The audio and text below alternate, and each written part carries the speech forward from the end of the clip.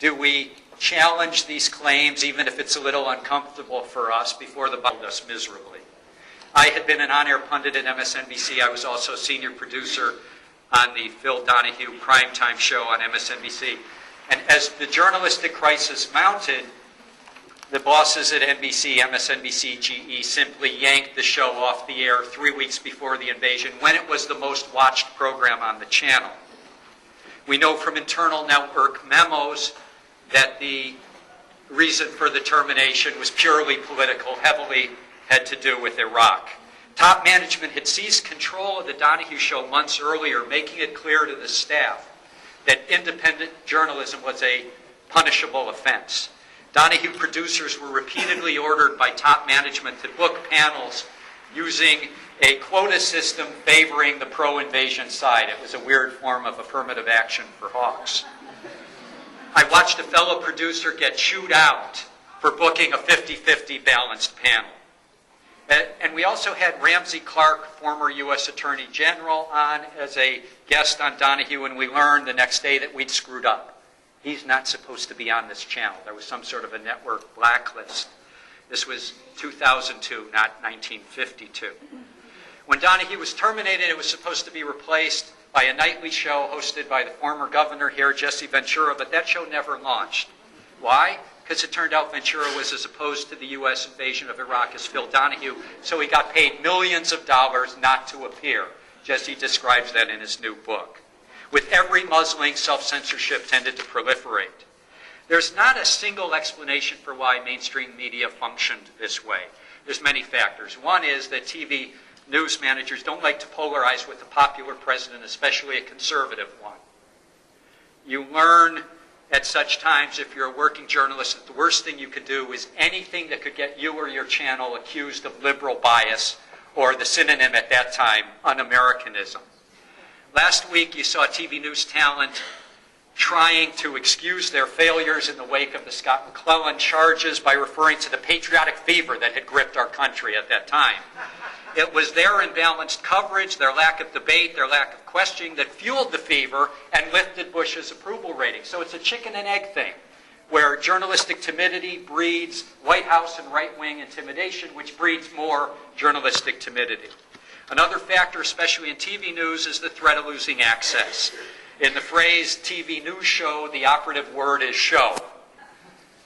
Shows need stars, news shows need news stars. If you're too independent, you won't get the interviews with the Condis and the Rummies, and management won't stand for that. I loved watching Katie Couric interviewing McClellan. She turned the tables on him and pointed, she sort of blew the whistle on McClellan. She said, "Weren't you the ultimate complicit enabler? I asked a tough question before the Iraq War, and you personally called an NBC executive, and you threatened to deny us access," unquote.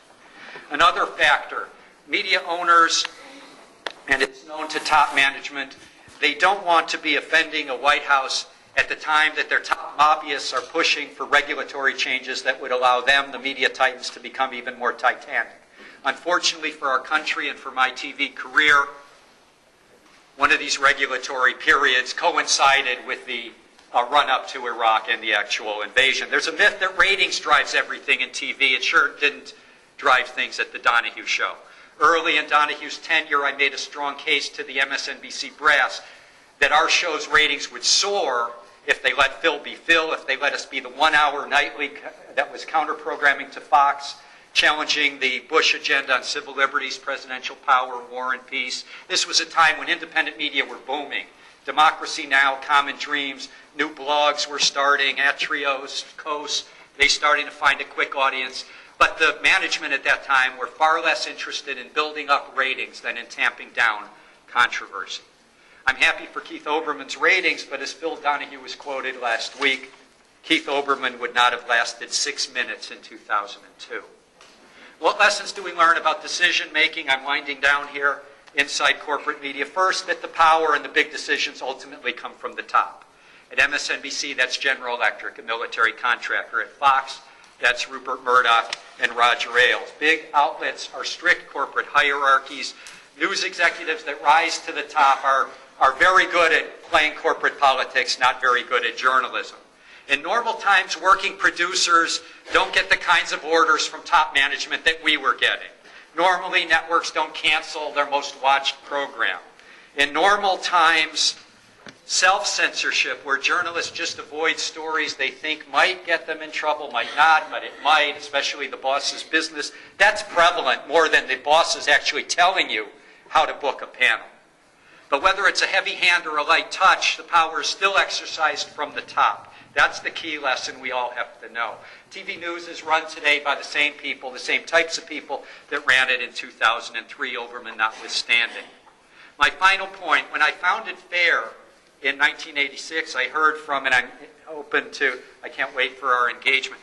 When I founded FAIR in 1986, I heard from some of the most conscientious people in the mainstream.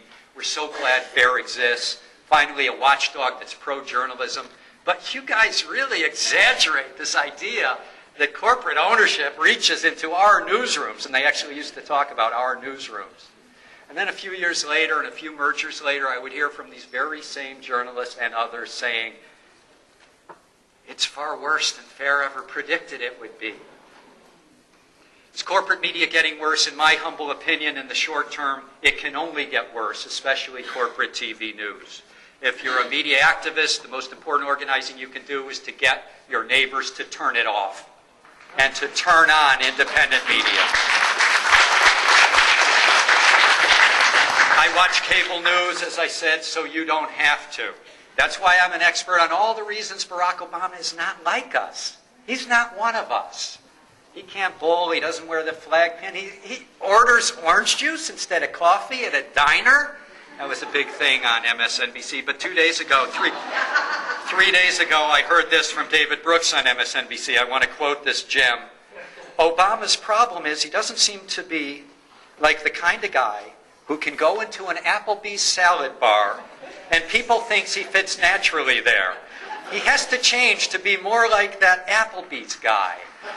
Now, Brooks, like a lot of the elite pundits, they are experts on the American working class because they just discovered it 4 months ago, and their working class is all white. But the punchline, some of you know, Applebee's restaurants do not have salad bars.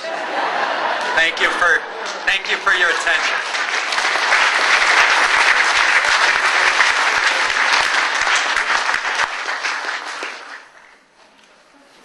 Did a very dangerous thing here in my notes, which means ad-libbing about this subject is probably